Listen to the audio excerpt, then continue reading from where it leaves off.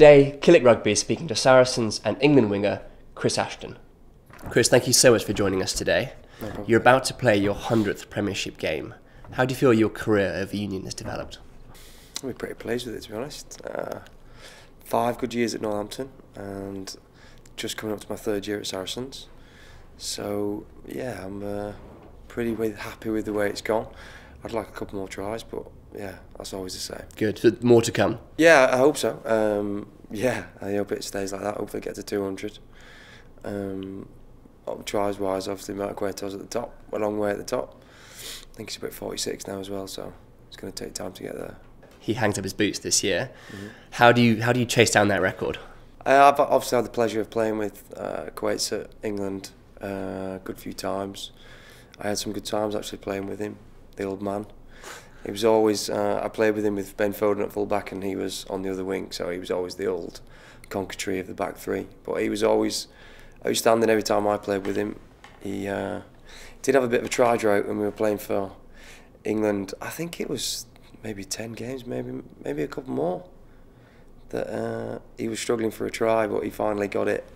I think it was Samoa he got it against, and yeah, the team went pretty wild over him, so that probably explains what kind of bloke he is and how his career's gone. To be the leading Premiership try scorer of all time is a credit to him and the type of bloke he is. Last Sunday's game, are there any implications of your loss to Northampton? No, I don't think so. Obviously it's a small setback to us. We wanted to win the game, but maybe I think the week before took it out of us a little bit. The big semi-final in France.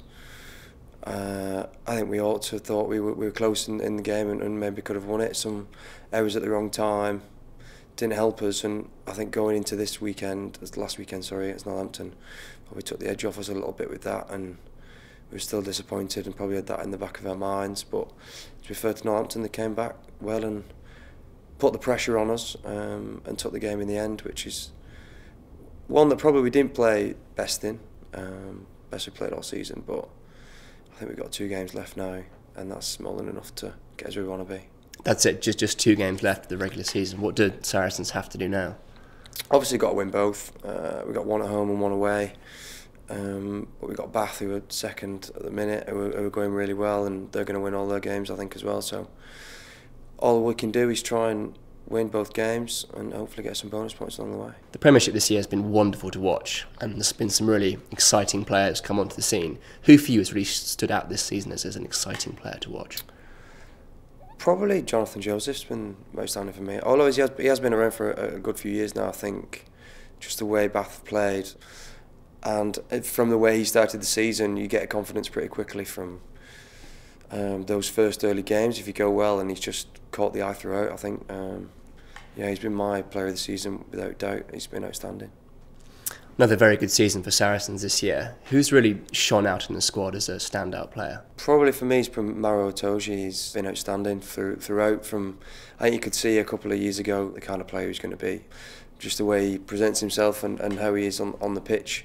You can see sometimes with young lads that they've got it in them and they're going to be playing first team quite quickly. And he was one of them that did that. He was outstanding in the Under-20s World Cup not long ago.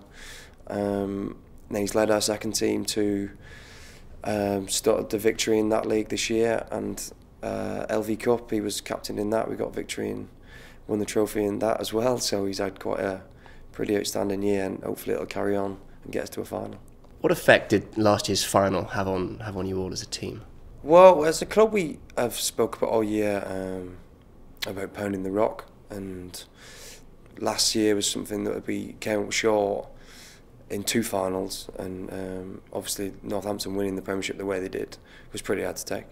And yeah, this year we've spoken about pounding the rock, and every week chipping away at the rock, and hopefully you get to the end, and it will crack at the end. And there is ups and downs during the season. It's just the way you deal with them. And last weekend is exactly the same. It's the way we go against Exeter next time, and Northampton will be forgotten, and we've got to move on like that. Just turning quickly to your international career, has it been hard being out of the senior squad? Yeah, it has. I think anyone who has been out of it would be lying saying it's not. It's difficult to watch. You want to be in there and you want to be playing at the highest level. So I've also not had the going in and out of camp this season. I've been completely out of it, so I've always been at the club, which is a little bit different, but I enjoyed it from that perspective because you're kind of cut off it completely a little bit, and you have chance to be at home and concentrate on Saracens. I suppose if you're in the camp and you're a bit foot in, foot out, and you've got to go 2 days a week and then go back, and it is difficult to get your head around. So it's been a little bit different this year with being at home and having to watch the games completely being outside the camp. And yeah, I want to be back there as soon as I can. So is there no feedback from the coaches as to what they want to see from you, or any communication about what you can do to break back into the squad? Yeah, there is. Yeah, we spoke about that, and I met Andy Farrell and Stuart not long ago, and asked them what they wanted from me and how I go about getting back in. What would it mean to you to be part of the squad for a home World Cup? Yeah, I mean, being at home, it's massive.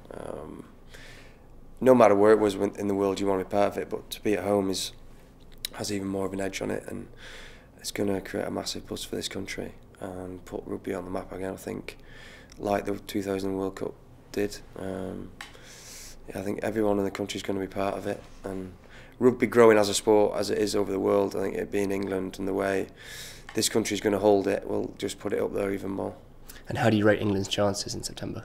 I mean, judging off the way they've gone this year, I think they'd be pretty disappointed not to win the Six Nations. So in Europe, I think they'd be up there as one of the best. And South Africa and New Zealand are still the teams to beat, and New Zealand are outstanding across the park, and they're going to be the team to beat. I think England, I'll put them in third maybe at the minute, just behind South Africa.